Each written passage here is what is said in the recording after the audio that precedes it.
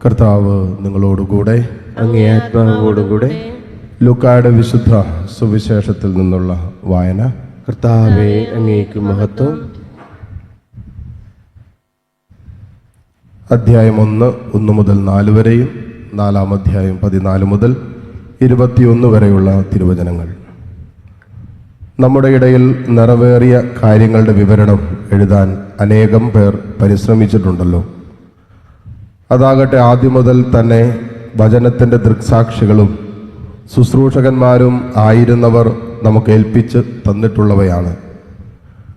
അല്ലയോ ശ്രേഷ്ഠനായ തെയോഫിലിസ്, എല്ലാ കാര്യങ്ങളും പ്രാരംഭം മുതൽക്ക് സൂക്ഷ്മമായി പരിശോധിച്ച ശേഷം എല്ലാം ക്രമമായി നിനക്കെഴുതുന്നത് ഉചിതമാണെന്ന് എനിക്കും തോന്നി.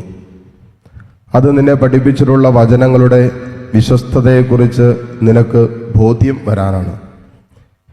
യേശു ആത്മാവിൻ്റെ ശക്തിയോടുകൂടെ ഗലീലയിലേക്ക് മടങ്ങിപ്പോയി. അവൻ്റെ കീർത്തി സമീപ പ്രദേശങ്ങളിലെങ്ങും വ്യാപിച്ചു.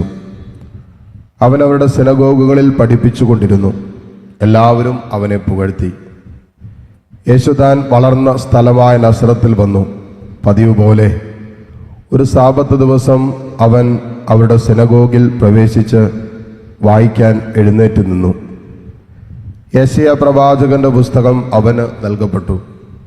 പുസ്തകം തുറന്നപ്പോൾ ഇപ്രകാരം എഴുതിയിരിക്കുന്നത് അവൻ കണ്ടു: കർത്താവിൻ്റെ ആത്മാവ് എൻ്റെ മേലുണ്ട്. ദരിദ്രരെ സുവിശേഷം അറിയിക്കാൻ അവിടുന്ന് എന്നെ അഭിഷേകം ചെയ്തിരിക്കുന്നു. ബന്ധിതർക്ക് മോചനവും അന്ധർക്ക് കാഴ്ചയും അടിച്ചമർത്തപ്പെട്ടവർക്ക് സ്വാതന്ത്ര്യവും കർത്താവിന് സ്വീകാര്യമായ വത്സരവും പ്രഖ്യാപിക്കാൻ അവിടുന്ന് എന്നെ അയച്ചിരിക്കുന്നു. പുസ്തകമടച്ച് ശുശ്രൂഷകനെ ഏൽപ്പിച്ച ശേഷം അവനിരുന്നു. സിനഗോഗിലുണ്ടായിരുന്ന എല്ലാവരും അവനെ ഉറ്റുനോക്കിക്കൊണ്ടിരുന്നു. അവൻ അവരോട് പറയാൻ തുടങ്ങി: നിങ്ങൾ കേട്ടിരിക്കെ തന്നെ ഇന്ന് ഈ തിരുവെഴുത്ത് നിറവേറിയിരിക്കുന്നു. കർത്താവിൻ്റെ സുവിശേഷം. ക്രിസ്തുവേ, അങ്ങേക്ക് സ്തുതി.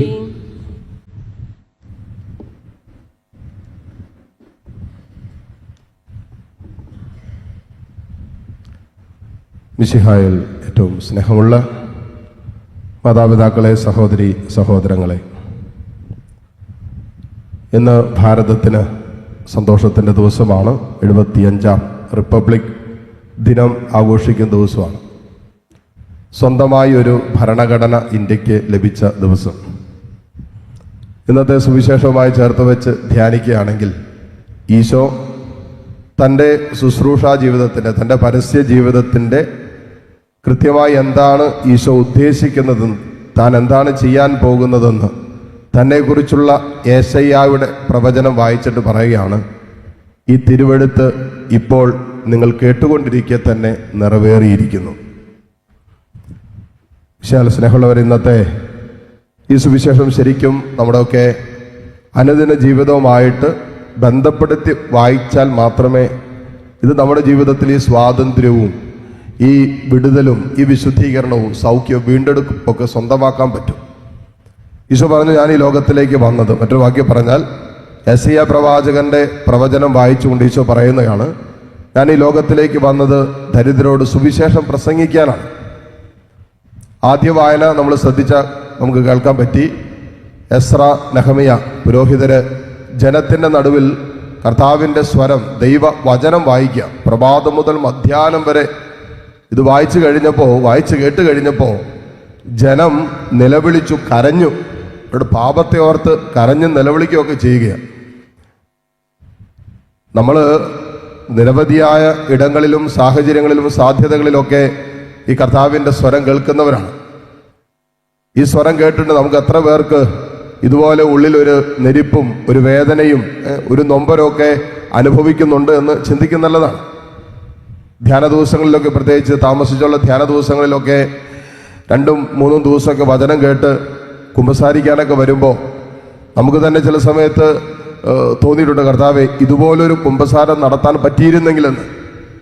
ചിലർ കുമ്പസാരം കൂട്ടി വന്നു കഴിഞ്ഞാൽ ചിലവർക്കൊന്നും പറയാൻ പറ്റിയല്ല. ഒരു 2-3 മിനിറ്റൊക്കെ കണ്ണുനീരൊഴിക്കും, കരഞ്ഞും ഇതിനൊക്കെ ശേഷമായിരിക്കും ചിലപ്പോൾ ഒരു കുമ്പസാരത്തിൽ പറയാനുള്ള കാര്യങ്ങളൊക്കെ പറയാൻ പറ്റുക. കാരണം 2 ദിവസത്തെ വചനം കേട്ടപ്പോൾ, 2 ദിവസം മുഴുവൻ കർത്താവിൻ്റെ സന്നിധിയിലിരുന്ന് അവൻ്റെ സ്വരം കേട്ടപ്പോൾ, അവരുടെ ജീവിതത്തിൽ ദാരിദ്ര്യം അനുഭവിച്ചു കൊണ്ടിരുന്ന വിഷയങ്ങളിലൊക്കെ ദൈവസ്നേഹത്തിൻ്റെ സമ്പന്നത നിറഞ്ഞപ്പോൾ, അവരുടെ ജീവിതത്തിൻ്റെ ഇന്നലകളിൽ എവിടെയൊക്കെയാണോ സമ്പന്നത അനുഭവിക്കേണ്ട വിഷയങ്ങളിൽ ദരിദ്രരായി തീർന്നത്, അത് തിരിച്ചറിഞ്ഞപ്പോൾ ആ സ്വാതന്ത്ര്യത്തിലേക്ക് അവർ ഉയർത്തപ്പെടുകയാണ്. അതുകൊണ്ട് കർത്താവിൻ്റെ വചനത്തിന് നമ്മുടെ ജീവിതത്തിൽ ചെയ്യാൻ സാധ്യമാകുന്ന വിഷയങ്ങളെക്കുറിച്ച് ആദ്യ വായന പ്രതിപാദിക്കുക. എന്നിട്ട് പറയാണ്, ഇത് കർത്താവിൻ്റെ ദിവസമാണ്, ഇത് കർത്താവിന് വിശുദ്ധമാണ്. അപ്പൊ കർത്താവിന് വിശുദ്ധമാക്കപ്പെട്ട ദിവസം സാബത്തിൽ അവർ ചെയ്തത് പ്രഭാതം മുതൽ മധ്യാഹ്നം വരെ ദൈവത്തിന്റെ വചനം കേട്ടു, ദൈവത്തെ ശ്രവിച്ചു. നമുക്ക് ഏറ്റവും കൂടുതൽ പരിപാടികളുള്ള ദിവസം ഞായറാഴ്ചയാണ്. മറ്റൊരു വാക്യം പറഞ്ഞാൽ ദൈവിക കാര്യങ്ങളെക്കുറിച്ച് ചിന്തിക്കാനോ വചനം വായിക്കാനോ പ്രാർത്ഥിക്കാനോ ഉന്നതത്തിലുള്ള കാര്യങ്ങളെക്കുറിച്ച് ശ്രദ്ധിക്കാനോ ഒക്കെ നമുക്ക് സ്വർഗം തന്നിരിക്കുന്ന സമയമാണ് സാബത്ത് ദിവസം. പക്ഷെ നമ്മുടെ സാബത്ത് ദിവസം നിരവധിയായ പ്രോഗ്രാമുകൾ കൊണ്ട് കർത്താവിന് കൊടുക്കാൻ സമയമില്ല, വചനം വായിക്കാൻ സമയമില്ല, ഉന്നതത്തിലുള്ള കാര്യങ്ങളെക്കുറിച്ച് ശ്രദ്ധിക്കാൻ പോലും നമുക്ക് സമയമില്ല.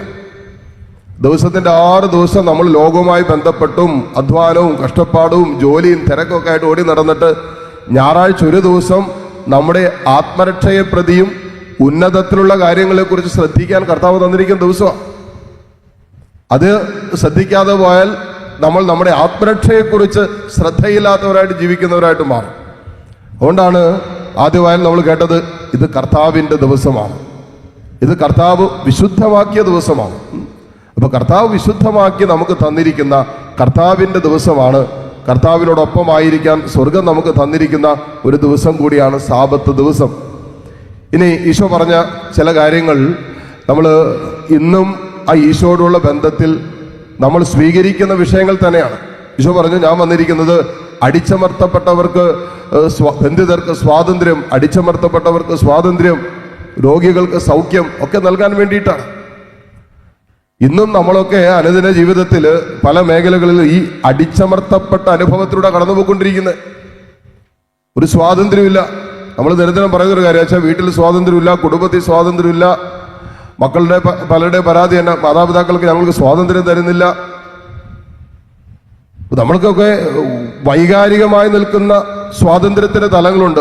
ഒരു ഭൗതികമായോ അല്ലെങ്കിൽ ഫിസിക്കലി നമുക്ക് സ്വാതന്ത്ര്യം ഉണ്ടാകും, ഇറങ്ങി പോകാനും ഇഷ്ടമുള്ളതിൽ സഞ്ചരിക്കാനൊക്കെ.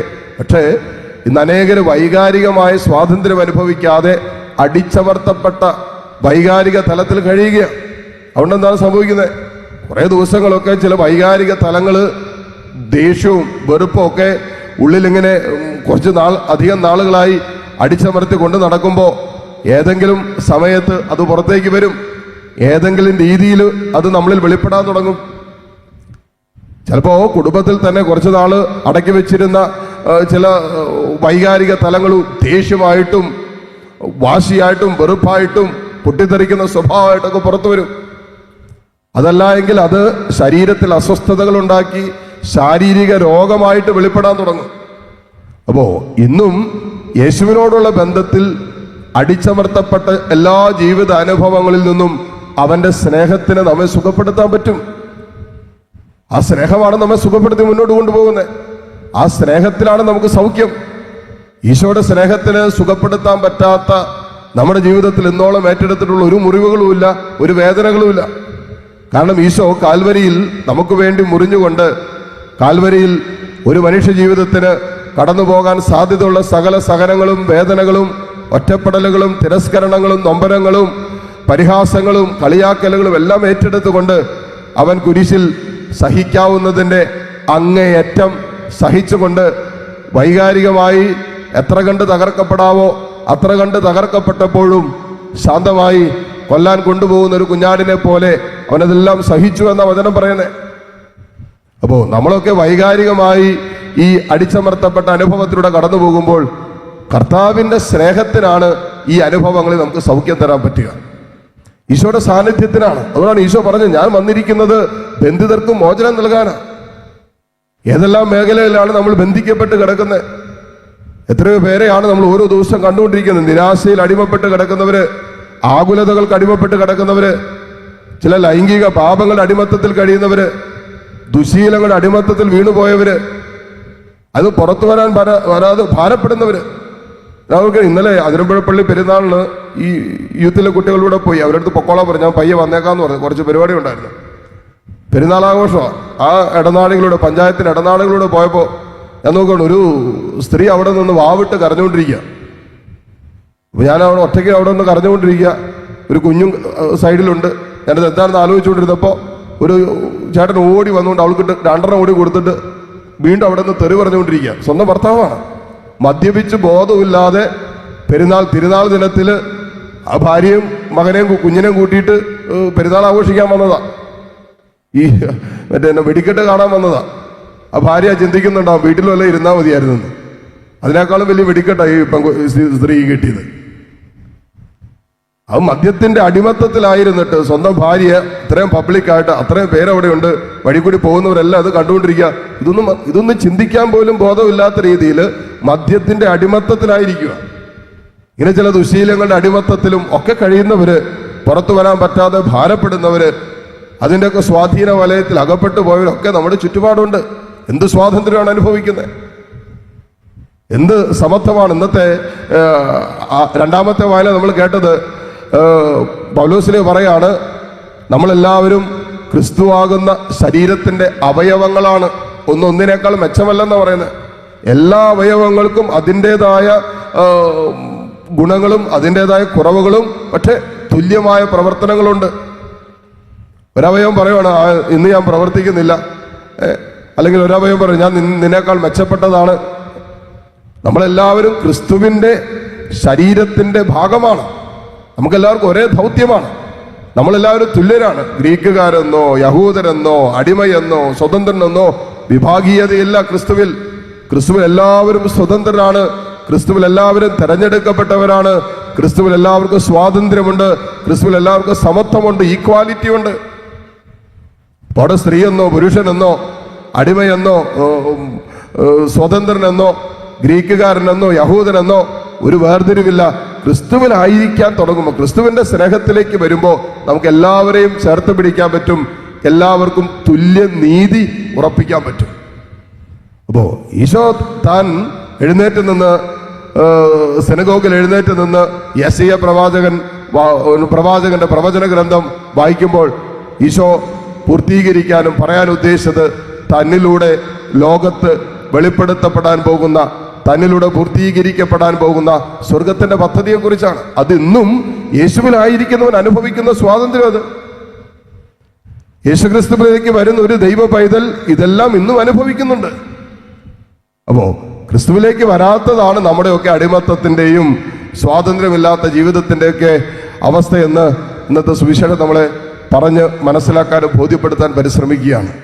അതുകൊണ്ട് ക്രിസ്തുവിന്റെ വിളിയും പിതാവായ ദൈവം പുത്രനിലൂടെ പൂർത്തിയാക്കിയ ദൗത്യമൊക്കെ എല്ലാ ക്രിസ്ത്യാനികളുടെ വിളിയും ദൗത്യമാണ് എന്ന് തിരിച്ചറിയുന്നിടത്താണ് ഈ ലോക ജീവിതയാത്രയിൽ സഭയോട് ചേർന്ന് ക്രിസ്തുവിന്റെ മൗതിക ശരീരത്തിന്റെ ഭാഗമായി ഞാനും നിങ്ങൾ യാത്ര ചെയ്യുമ്പോൾ നമുക്കെല്ലാവർക്കും ദൈവം തന്റെ തെരഞ്ഞെടുപ്പിൽ നൽകപ്പെട്ടിരിക്കുന്ന ദൈവിക പദ്ധതി ഉണ്ടെന്ന് മനസ്സിലാക്കി സുവിശേഷത്തോടുള്ള ബന്ധത്തിൽ ജീവിതത്തെ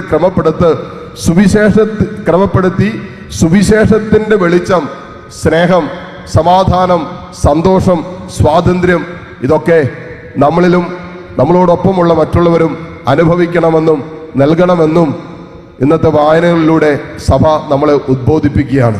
മറ്റൊരു വാക്യം പറഞ്ഞാൽ, നമ്മൾ അനുഭവിക്കുന്ന സ്വാതന്ത്ര്യം മറ്റുള്ളവരും ക്രിസ്തുവിൽ അനുഭവിക്കണമെന്ന് നമ്മൾ ആഗ്രഹിക്കുകയും അതിനായി നമ്മുടേതായ രീതിയിൽ സുവിശേഷത്തിന്റെ പരിശ്രമം നടത്തുകയും ചെയ്യണം എന്ന് വായനകൾ ഓർമ്മിപ്പിക്കുമ്പോൾ, ഈ വായനയുടെ വെളിച്ചത്തിൽ നമ്മുടെ ജീവിതത്തിൽ ഈശോയോടുള്ള ബന്ധത്തിൽ സ്വർഗം നമുക്ക് തരുന്ന സകല സ്വാതന്ത്ര്യം അനുഭവിച്ചുകൊണ്ട് ജീവിക്കുവാൻ പരിശുദ്ധാത്മാവ് നമ്മെ സഹായിക്കട്ടെ. അതിനുള്ള കൃപയ്ക്കായി ഈ ബലിയിലൂടെ പ്രാർത്ഥിക്കുകയും യാചിക്കുകയും ചെയ്യാം. ആമേൻ.